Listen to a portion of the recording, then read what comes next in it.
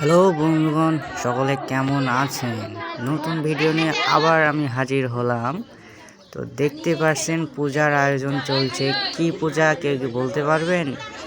না শেষ পর্যন্ত দেখলে তো কেউ বলতে পারবেন না। তো শেষ পর্যন্ত অবশ্যই দেখবেন আর কমেন্টে জানিয়ে যাবেন আপনাদের এলাকার কি খবর। যত হিন্দু মা বোনেরা আছে তারা তাদের ভাইয়ের মঙ্গল কামনার জন্য এই পুজো আয়োজন করেছে। এটা প্রত্যেকটা গ্রামে কম বেশি হয়ে গেছে। আজ আমাদের গ্রামেও হয়ে গেল অবশেষে। গ্রামে গ্রামে ভিক্ষাবৃত্তি করে বোনেরা দেখুন কত সুন্দর শনি পূজার আয়োজন করেছে। প্রথমে তো নারায়ণ পূজা হয়, তারপর হবে শনি পূজা। বোনেরা কতই না ভাইদের জন্য কষ্ট করছে তাদের মঙ্গল কামনার জন্য। অবশেষে নারায়ণ পুজো শেষ, এখন হবে শনি পুজো। আপনারা দেখতেই পাচ্ছেন শনি পুজোর জন্য ঘট রেডি হচ্ছে। তো ভিডিওর সাথেই থাকুন আর শেষ পর্যন্ত দেখতে থাকুন কি কি হচ্ছে। পুজোর মধ্যে আমরা কিভাবে পুজোটা শেষ করলাম সেটা অবশ্যই দেখতে হবে তো নাকি। আমাদের গ্রামে কখনো শনি পুজো হয়নি, এটাই প্রথম। ঠাকুরের মন্ত্র পাঠের মাধ্যমে আমাদের গ্রামেও শনি পুজো আরম্ভ হলো।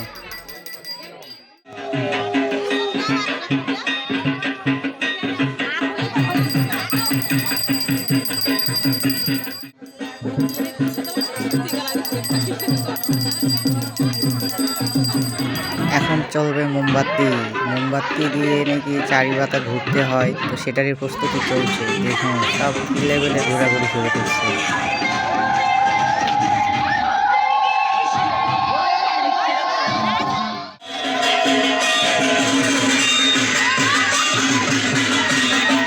অবশেষে হল্লাপাড়ির দলেরা ক্যামেরার সামনে ধরা পড়লো, মাথায় খারাপ।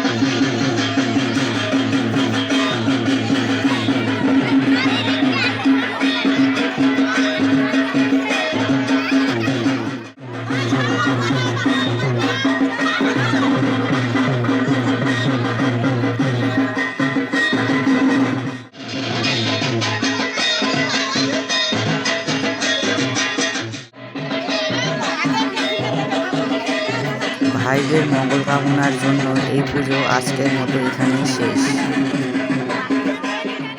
পুজো শেষ, এখন প্রসাদ খাওয়ার পালা। পুজো মানে অনেক ধরনের ফলমূল, সাথে ছিল চিড়া, মিষ্টি। এইদিকে দিদিরা তো প্রসাদ মাখাতে ব্যস্ত। কি প্রসাদ! এদিকে হল্লাপাটির দলেরা মিষ্টি বিতরণে ব্যস্ত।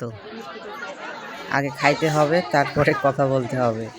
সকলে বসে গেছে প্রসাদ খাওয়ার জন্য, দেখতে পাচ্ছেন।